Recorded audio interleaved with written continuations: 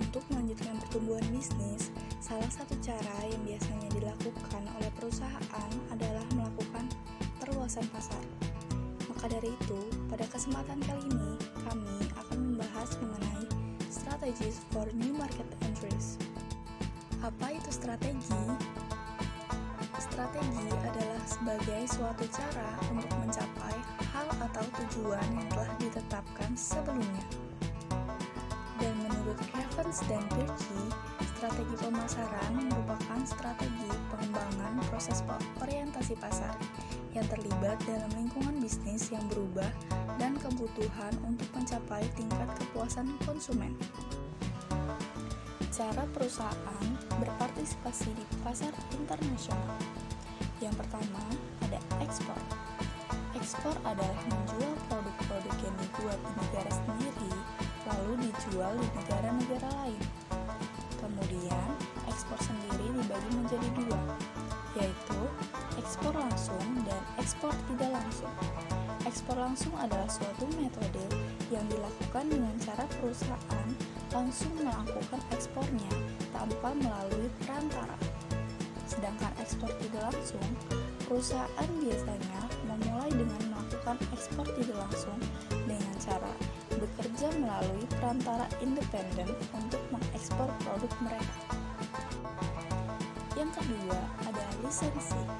Lisensi dapat didefinisikan sebagai perjanjian kontraktual di mana suatu perusahaan atau pemberi lisensi membuat aset tersedia bagi perusahaan lain, yaitu penerima lisensi, dengan memberi atau membayar royalti, bea lisensi, atau beberapa bentuk kompensasi lainnya. Yang ketiga ada franchise atau waralaba, yakni franchisee diberi hak untuk menjalankan usaha dengan dan atau menggunakan hak kekayaan intelektual atau ciri khas usaha yang dimiliki oleh franchisor dengan suatu imbalan berdasarkan persyaratan yang ditetapkan oleh franchisor dengan sejumlah kewajiban menyediakan dukungan konsultasi operasional yang berkesinambungan oleh franchisor kepada franchisee. Yang keempat, ada usaha patungan atau joint venture, yakni suatu cara investasi dengan jalan investor luar negeri bergabung dengan investor lokal untuk membentuk usaha patungan di mana di dalamnya terdapat berbagai hak atas perusahaan dan pengendalian operasionalisasi perusahaan tersebut. Yang kelima ada kepemilikan atau akuisisi, yakni dilakukan setelah perusahaan memperoleh pengalaman di luar negara asal melalui ekspor atau lisensi dan usaha patungan. Selanjutnya ada investasi langsung. Investasi langsung adalah bentuk terakhir dari cara perusahaan memasuki pasar luar negeri. Pada investasi langsung, keterlibatan perusahaan di luar negeri adalah kepemilikan langsung atas fasilitas produksi dan lain-lain yang berbasis di luar negeri. Selain strategi pemasaran, terdapat juga strategi manajemen yang perlu perusahaan perhatikan untuk memasuki pasar baru, yaitu yang pertama, memiliki visi misi yang jelas. Sebuah organisasi mencapai rasa tujuan yang tinggi ketika ahli strategi, manajer, dan karyawan mengembangkan dan mengkomunikasikan visi dan misi bisnis yang jelas. Pernyataan visi dan misi memberikan arahan untuk semua kegiatan perencanaan. Pernyataan visi dan misi yang dirancang dengan baik sangat penting untuk merumuskan, menerapkan, dan mengevaluasi strategi. Yang kedua, memiliki strategi untuk bersaing di pasar bergejolak. Dunia berubah semakin cepat, dan akibatnya industri dan perusahaan mereka sendiri berubah lebih cepat dari sebelumnya. Memenuhi tantangan perubahan kecepatan tinggi membuat perusahaan harus menentukan pilihan apakah akan bereaksi, mengantisipasi, atau memimpin pasar dalam kaitannya dengan strateginya sendiri. Perusahaan idealnya berusaha untuk berada dalam posisi untuk memimpin perubahan dalam kecepatan tinggi, di mana mereka merintis teknologi dan produk baru dengan lebih baik serta mengatur standar industri. Selanjutnya, memiliki cara agar dapat mencapai keunggulan kompetitif yang berkelanjutan. Perusahaan dapat memulai dengan menekankan kebutuhan perusahaan untuk menggunakan konsep manajemen strategis, dan teknik perusahaan harus mengambil pendekatan proaktif daripada reaktif, dan mereka harus berusaha untuk mempengaruhi, mengantisipasi, dan memulai. Proses manajemen strategis mewujudkan pendekatan terhadap keputusan yang telah dibuat. Manajemen strategis menggunakan pendekatan logis, sistematis, dan objektif untuk menentukan arah masa depan perusahaan. Fakta yang diketahui dan diterima bahwa orang-orang dan perusahaan yang membuat rencana jauh ke depan lebih cenderung menjadi apa yang mereka inginkan daripada mereka yang tidak merencanakan sama sekali. Untuk memasuki pasar internasional, sebaiknya perusahaan memperhatikan beberapa aspek yang ada dalam pemasaran global. Yang pertama ada kesamaan pasar dan kesamaan sumber daya. Apa itu pesaing? Pesaing adalah perusahaan yang menawarkan produk dan layanan serupa dalam pasar yang sama. Pasar dapat berupa wilayah atau segmen geografis. Lalu, apa yang masuk kesamaan pasar dan kesamaan sumber daya? Kesamaan pasar dapat didefinisikan sebagai angka dan signifikasi pasar tempat perusahaan bersaing dengan pesaingnya. Sedangkan kesamaan sumber daya adalah sejauh mana jenis dan jumlah sumber daya internal perusahaan sebanding dengan pesaing. Salah satu cara untuk menganalisis daya saing antara dua atau beberapa perusahaan adalah dengan menyelidiki kesamaan pasar dan masalah kesamaan sumber daya, sambil mencari bidang potensi keunggulan kompetitif yang di sepanjang rantai nilai masing-masing perusahaan. Yang kedua, tantangan global. Tantangan yang akan dihadapi perusahaan ada dua, yaitu yang pertama, bagaimana mendapatkan dan mempertahankan ekspor ke negara lain, dan yang kedua, bagaimana mempertahankan pasar domestik terhadap barang-barang impor. Alasan utama mengapa sebagian besar perusahaan domestik terlibat dalam operasi global adalah pertumbuhan permintaan barang dan jasa dari luar sangat pesat lebih tinggi dari yang di dalam. Pemegang saham dan investor mengharapkan pertumbuhan pendapatan yang berkelanjutan dari perusahaan. Memuaskan pertumbuhan bagi banyak perusahaan hanya dapat dicapai dengan memanfaatkan permintaan dari luar. Usaha patungan dan kemitraan antara perusahaan domestik dan asing menjadi aturan. Selanjutnya, apa itu organisasi multinasional? Organisasi multinasional adalah organisasi yang melakukan operasi bisnis melintas batas negara. Dalam proses manajemen strategisnya, organisasi multinasional lebih kompleks karena lebih banyak variabel dan hubungan sosial, budaya, demografi, lingkungan, politik, pemerintahan, hukum, teknologi, serta peluang dan ancaman kompetitif yang dihadapi perusahaan multinasional. Sebelum memasuki pasar internasional, perusahaan harus memindai jurnal dan laporan paten yang relevan, dapatkan nasihat dari organisasi akademik dan penelitian, berpartisipasi dalam pameran dagang internasional, membentuk kemitraan, dan melakukan penelitian ekstensif untuk memperluas kontak mereka dan mengurangi risiko melakukan bisnis di pasar baru. Lalu kita akan bahas mengenai keuntungan potensial untuk memulai, melanjutkan, dan memperluas operasi internasional adalah sebagai berikut. 1. Operasi asing dapat menyerap kelebihan kapasitas, mengurangi biaya unit, dan menyebar risiko ekonomi atas sejumlah pasar yang lebih luas. 2. Pesaing di pasar luar negeri mungkin tidak ada, atau persaingan mungkin kurang ketat dibandingkan di pasar domestik. 3. Operasi asing dapat mengakibatkan penurunan tarif, pajak yang lebih rendah, dan politik yang menguntungkan. Ada juga banyak potensi kerugian memulai, melanjutkan, atau memperluas bisnis melintasi batas negara.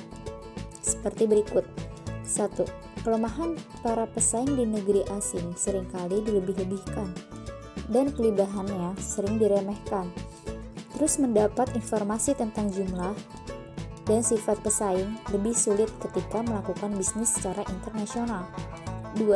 Bahasa, budaya, dan sistem nilai berbeda antar negara yang dapat menciptakan hambatan komunikasi dan masalah dalam mengelola orang. 3. Memperoleh pemahaman tentang organisasi regional seperti ekonomi Eropa Komunitas, area perdagangan bebas Amerika Latin, Bank Internasional untuk Rekonstruksi dan Pembangunan, dan Korporasi Keuangan Internasional. Sulit, tetapi seringkali diperlukan dalam menjalankan bisnis internasional. Salah satu metode untuk menentukan strategi yang tepat untuk menjalankan suatu perusahaan adalah dengan melakukan analisis SWOT. SWOT adalah singkatan dari strength, kekuatan, weakness, kelemahan, opportunities, peluang, dan threat, ancaman. Analisis SWOT mengatur kekuatan, kelemahan, peluang, dan ancaman utama perusahaan ke dalam daftar yang terorganisir dan biasanya disajikan dalam kisi-kisi yang sederhana. Strength, kekuatan, dan weakness, kelemahan adalah berasal dari internal perusahaan. Hal-hal yang dapat perusahaan kontrol dan dapat berubah. Opportunities, peluang, dan threats, ancaman, adalah hal eksternal yang mempengaruhi bisnis atau hal-hal yang terjadi di luar perusahaan pada pasar yang lebih besar. Perusahaan dapat memanfaatkan peluang dan melindungi dari ancaman, tetapi perusahaan tidak dapat mengubahnya. Studi kasus Microsoft. Untuk mengembangkan posisinya di Cina, Microsoft telah mengembangkan model bisnis baru, yaitu model yang sangat berbeda dari sebelumnya. Masalah yang dihadapi di Cina bukanlah penerimaan merek, karena semua orang menggunakan Windows. Tetapi, sebagian besar salinan palsu beredar dan dapat dibeli dengan harga beberapa dolar. Penegakan hukum untuk kekayaan intelektual di Tiongkok cukup lemah, berarti strategi penetapan harga Microsoft yang biasa pasti akan gagal. Masalah lain bagi Microsoft adalah ketika pemerintah kota Beijing mulai memasang sistem operasi Linux di PC pekerja secara terbuka dan gratis. Microsoft masuk Cina pada tahun 1992, namun bisnisnya di sana mengalami bencana selama lebih dari 1 dekade. Hampir tidak ada kebijakan yang pernah menjadikan Microsoft sebagai pemimpin pasar di Cina, seperti halnya Microsoft di AS dan Eropa. Di Cina, Microsoft harus menjadi bukan Microsoft. Harga Cina untuk produk Microsoft sangat rendah. Di Cina, alih-alih mengisi daya ratusan dolar untuk sistem operasi Windows dan aplikasi Office-nya, Microsoft menjual paket Windows dan Office $3 kepada siswa. Di ganggang belakang Cina, Linux seringkali harganya lebih mahal daripada Windows karena memerlukan lebih banyak disk. Strategi Microsoft Cina mengabaikan pendekatan kebijakan publiknya di tempat lain dengan harapan akan melindungi semua kekayaan intelektualnya dengan segala cara. Microsoft Cina juga memberikan toleransi pembajakan. Toleransi ini bagian dari strategi jangka panjang Microsoft. Di Cina, Microsoft bermitra erat dengan pemerintah. Alih-alih melawannya, beda dengan yang dilakukan di AS dan Eropa, karena di sana telah membuka perusahaan untuk kritik dari kelompok hak asasi manusia. Menggunakan metode analisis SWOT, kami menemukan alternatif strategi yang dapat digunakan oleh Microsoft, yaitu strategi SO. 1. Bermitra dengan pemerintah, Microsoft dapat berinovasi, mengembangkan model bisnis baru yang cocok di Cina. 2. Microsoft dapat memanfaatkan peluang harga Linux yang lebih mahal daripada Windows dengan cara mengambil pelanggan Linux dengan memperluas target pasar, sehingga Microsoft dapat menjual paket Windows dan Office seharga $3 lebih luas lagi. Strategi WO. 1. Microsoft dapat menawarkan penawaran khusus dengan inovasi lebih baik ke pemerintah sehingga dapat menaikkan harga sesuai kualitas dan memasarkan produk dengan baik. 2. Microsoft dapat memanfaatkan peluang walau dengan harga yang lemah, namun lebih sering digunakan dan lebih laku terjual dibandingkan Linux. Hal tersebut akan berdampak perusahaan Microsoft lebih banyak diketahui oleh pengguna di Cina. Strategi EST 1. Perusahaan Microsoft harus memunculkan inovasi baru yang memiliki keunikan berbeda dengan sebelumnya, sehingga sulit untuk menemukan barang pengganti atau menduplikasikan, sehingga target pasar tidak menggunakan salinan produk. Hal ini bermanfaat pada peningkatan harga. 2. Karena banyak pengguna yang memiliki Microsoft dengan salinan palsu, maka Microsoft menjual paket Windows dan Office dengan harga menarik agar pengguna beralih membeli produk asli Microsoft. Strategi WT 1. Microsoft China harus memperketat keamanan sehingga tidak mudah untuk membuat salinan palsu Microsoft yang dijual dengan harga murah, sehingga Microsoft bisa menetapkan harga agar harga produk tidak lemah. 2. Microsoft China dapat melakukan percobaan secara gratis atau free trial selama beberapa hari untuk pengguna, agar mereka dapat mengetahui fungsi dari Microsoft dan tertarik perpanjang masa pengguna, sehingga Microsoft China bisa menaikkan harga sesuai kualitas.